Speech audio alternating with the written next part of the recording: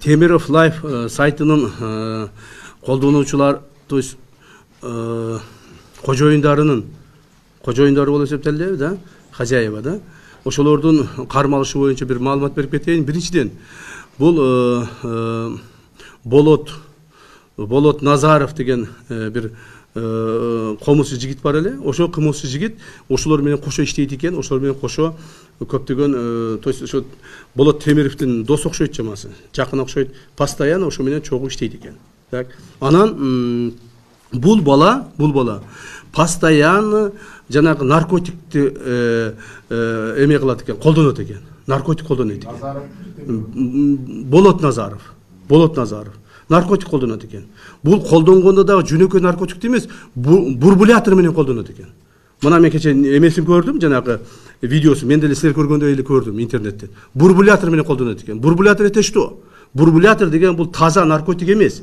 Бул химиялык элементтерден жасалган наркотикти коюп туруп, аны бурбулятор менен эмесин жанагы эффектисин көбөйтөт. Бул маселе азыр биздин Бишкекте өтө көбөйүп кетти. Бишкекте жаш балдар наркотикти колдонуу боюнча өтө көбөйүп кетти. Мына өзүбүздө чоң балдар ушинтип колдонушуп эме кылып атышат. Андан сырткары бул жерде Афганистандан бизде азыр чарс келип атат. Чарс деген өтө жаман бир наркотик келип атат. Метаморфин деген химиялык наркотик бар. Метаморфин деген. Мына азыр бизде жанагы ночной клубтарда, жаштар көп болгон жерлерде ушулар колдонушуп, чын айтканда булар бардык акчага сатылат.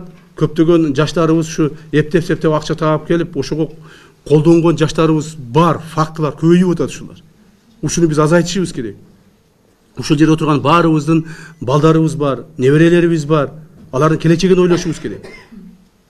Анан кийин ошол Темир Назаровдун үстүнөн алар бир-эки адам арыз жазат.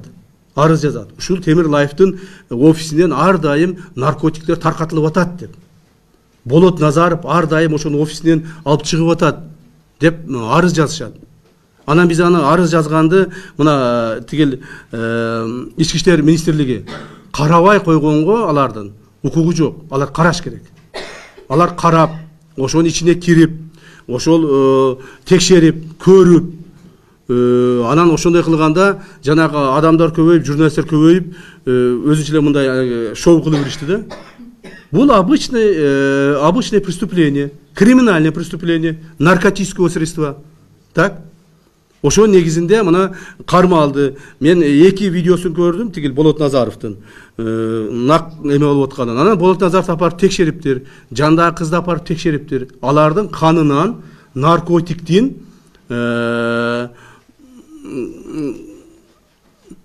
анализ канынан, анализ кровиден наркотик чыккан. То есть алар постоянно употреблять этип жүрүшкөн. Ал эми мен бир жактан сүйүнгөнүм жакшы болду, мен сүйүнүп атам, жакшы болду. Болот Назаровдун канынан чыккан жок. Темиров.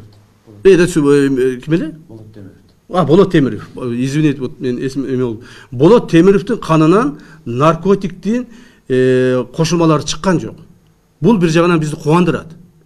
Мүмкүн ал өзү применять эткен эместир. Биринчиден бул кубандырат, экинчиден анын жазасын жеңилдетет. Бүгүн алардын башкаруу чарасын карайт экен. Мен ойлоймун, Болот Темировду баягы камабастан эле, сыртка чыгарып коюп эле, мындай иликтөөнү жүргүзө берсе болот деген ойду айткым келет. Ошол ойду айткым келет. Эми муну соттор чечет. Буюрса, бүгүн башкаруу чарасы абеттен кийин каралат экен. Ал эми берки Болот Назаров, анын канынан наркотик чыккан. Ал ар дайым ошону колдонуп жүргөн, ар дайым ошого ыктап, ошого мындай не деп коет, баягы көнүмүш адат болуп алган да, зависимость болуп калган. Аны министр эме билет, Ички иштер министрлиги. Удуда болсо керек да. Мен аны бул бардык ишти кылган эч кандай атайын службанын ГКМБдын буга тиешеси жок. Мен жоопкерчиликтүү түрдө айтып коеюн. Бул спецназ Альфа эмес, СБОндун спецназы. Альфа андай жерлерге барбайт. Альфа это контртеррористический группировка. Ал эч кандай мындай майда чүйдө наркотикке чыкпайт Альфа. Бул только ички иштер министрлигиники. Алар өздөрүнүн иштин мыйзам чегинде жүргүзүп атышат. Мыйзам чегинде жүргүзүп атышат. Эч кандай аларга тоскоол болбош керек. Эгерде күнөөлөрү далилденбесе же башка боло турган болсо, мыйзам чегинде чыгат. Бир гана маселе, мен кечээ күнү далашып кеткенде мен айттым, баары мыйзам чегинде болсун. Адамдын укугу корголуш керек. Кандай адам болгондо. Ал наркоман болобу, пьяница болобу, же заядлик аяк баягыдай түгөнгөн кылмышкер болобу, убийца болобу, баары бир деле анын укугу корголуш керек. Ушул принципти кармап турабыз. Ушул принципте эч ким Болот Назаровго дагы, Болот Темировго дагы эч кандай кол тийгизбестен, жаман сөз айтпастан бардыгы мыйзам чегинде өткөрүүгө милдеттүү. Эгерде алар ушундай жалып кыла турган болсо, мени урду, тепти же башка кылды кыйнайт дей турган болсо, анда биз чара колдонобуз. Ушул. Чолпонбек Сабырбеков, ТК. Журналисттердин редакциядан ноутбуктардын жана компьютерлердин чыгарып кетүүгү сөз эркиндигине сокку болуп саналбайбы сиздин оюңузча? Урматтуу журналисттер, сөз эркиндиги деп биз ушундай жанагыдай кылынып аткан кылмыштарды прикрывать эткенге эч кандай моралдык дагы, юридикалык дагы акыбыз жок. Эгерде Кудай сактасын, Кудай тооба кылдым, ушул жерде бир кылмыш боло турган болсо, ушул жерде кылмышка тиешелүү ушул кабинеттеги бардык нерселер изят этилиш керек. Изят этилиш керек. Ал компьютерде мүмкүн булардын ошол наркотикти каяктан алып аткандары жазылгандыр, наркотиктин түрлөрү жазылгандыр, наркотиктин баалары жазылгандыр, наркотиктин аттары жазылгандыр, наркотик таратып аткандар жазылгандыр, кимдерден алып аткан жазылгандыр. Ошондуктан алар как положено эмелерин компьютерлерин алды. Азыр аларды баягы следственный действие жүргүзүлөт. Так, следственный мероприятие жүргүзүлөт. Анан кийин эгерде баары жакшы боло турган болсо, алар баары кайтарылып берилет. Эч маселе жок. Мен ойлоймун, алардын компьютеринде эч кандай криминальный бир мындай мамлекетибиздин бир зыян келтире турган нерсе жок деген ойду айтамын. Кудай буйрса алардын компьютерлери кайтарылып берилет. Пожалуйста. Вы можете конкретно, конкретизировать, то есть получается, перепутали болото, что ли? Нет, ничего не перепутывали. Ничего не перепутывали. Те люди, которые написали заявление, они конкретно указали офис Болота Темирова, офис Болота Темирова, о том, что Болот Назаров постоянно заходил туда и оттуда выносил наркотики. Вот так вот. То есть у него в офисе находились наркотики по заявлениям. Вот как раз будет следствие доказывать, действительно или это не так.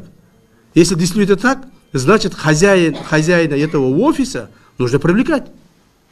Нужно привлекать за распространение, за продажу или за передачу. Ну там же как бы следствие, наверное, выяснить. Как усмели, Марат Владимирович.